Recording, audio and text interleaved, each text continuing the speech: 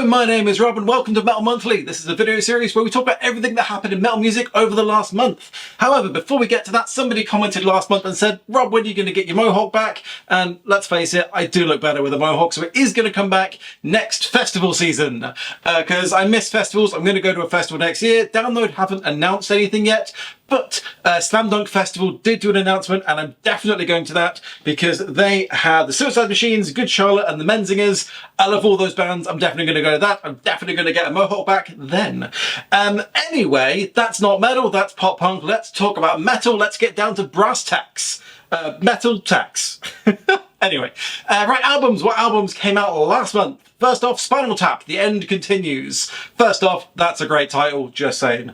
So this is the new album that is coinciding with the new film, or basically this is the soundtrack to the new film, which I haven't seen yet, so I can't tell you what that's like, but I have listened to the album.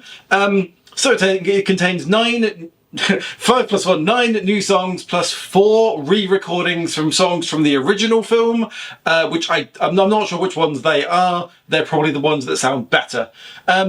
So this is the second album from Spinal Tap, which is the fake band made from the mockumentary This Is Spinal Tap, which came out over 40 years ago. So how is this album, bearing in mind that that's where it comes from? Basically everything I've read about the movie and the album is, yeah, it's alright. It's alright, isn't it? On that note, just a quick thing. One of the reviews I found for the movie gave it 2.5 out of 4 stars. And what the fuck kind of rating system is that? Genuinely, it really annoyed me. Anyway, what are my thoughts on the album? Yes, alright. There are some decent, like, old-style rock songs in there. There's some very weird stuff as well. It opens with a poem, which is basically just a callback to the first film. Some of it is alright. There are some good songs. Let's Just Rock Again and Brighton Rock, they're all pretty good. Although, basically for the whole album, the speed and the volume have been turned way down. Turned up to 11, this ain't. I mean, it's fine. It's just not really worth listening to on its own. It's fine as the soundtrack to the film, but there's no reason to listen to this otherwise. That's my opinion.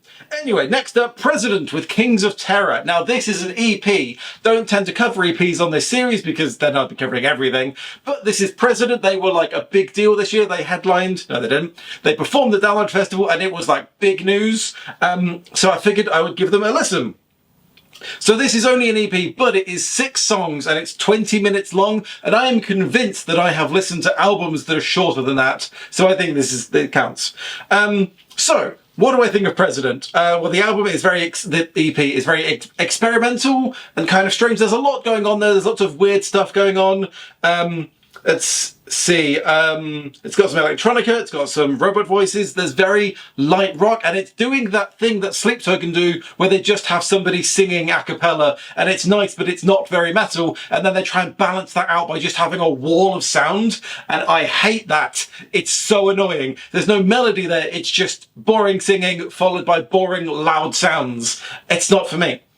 So it's not for me. There were some bits I really did enjoy when they actually played metal music that I thought was really good. Oh, and the band is anonymous. Apparently that's like a whole thing. But really, who gives a shit? I think anonymous bands kind of peaked in the early 2000s. And again, now I think they're just trying to be Sleep Token with the whole anonymous thing. Who are they? Who cares? That's my opinion.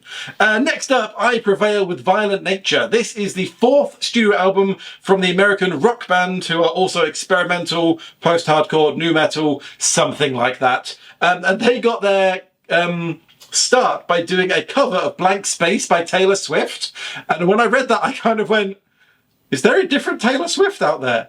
Like, this is a hard rock, post-hardcore nu metal band who covered Taylor Swift, and now they're like big. That's very weird. So they sound like President. I put this album on, and then after midway through the first song, I went, have I put President on again? Because they sound exactly the same. That's not entirely fair. After that, they started to do different things, and then they started sounding different. But the first bit, some bits of this just sound like President, and President, I think, just sound like Sleep Token, and I don't like Sleep Token. So all of those bits I'm not a fan of. So there's, when they actually go into playing metal music and they've actually got style and not just light singing and stuff, that I really like. There is some really good stuff there. It's just mixed in with stuff I really don't like, but that's just me. Right, anywho, that's it for albums. Next is Music Festival Explorer. This is my website where I talk about metal festival and stuff. This month I haven't read anything. Again, I've been really busy. All right. So, you know, there's a link in the description to the website. Just go check out some of the other blog posts I've written in the past. I've started writing something about what is the difference between an EP and an album, entirely based on the President thing, because it gets very confusing. Because apparently even a single isn't that clear, because a single doesn't have to be just one song. It can be up to 3 songs or something. It's all nonsense. So that's what I'm writing about, but it's not up yet. So just go check out the website and read something else. Anywhoozles, finally we have the fun stories from last month. Well, the fun story, singular. Well, no, it is kind of 2 stories. So, the lead singer of Judas Priest, Rob Halford, has finally married his partner of over 35 years. He and his husband have got married, and that is great news. Good for them.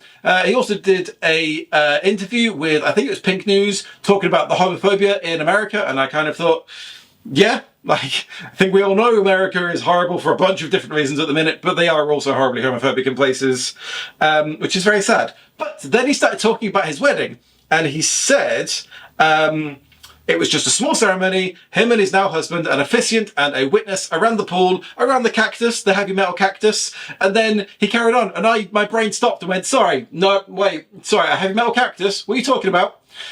So I tried looking up Rob Halford cactus, couldn't find anything. It was just linking to this because he said it. And then I managed to find a blog post from 2021 talking about Judas Priest and COVID. And the picture was Rob Halford with a giant cactus that's doing the heavy metal devil horns thing. And I was like, oh, that's so cool. And then found out that that's in his house. Well, it's in his garden. He just has a cactus that is doing devil horns. And that's so fucking cool. That's such a metal thing to have. And I want to know the history of it, but it doesn't seem to, there's nowhere out there. He just, on his Instagram, often posts pictures of him with his cool cactus, which is so awesome. So yes, the first fun story, he and his husband got married. That's awesome. Second fun story, he's got a cactus that's doing devil horns. That's so cool. That's it. I found that out and I had to tell about it. Anywho, that's everything I have for you this month. Hopefully you've enjoyed the video. If you have, please do click like and subscribe. Thanks for watching. I'll see you next month.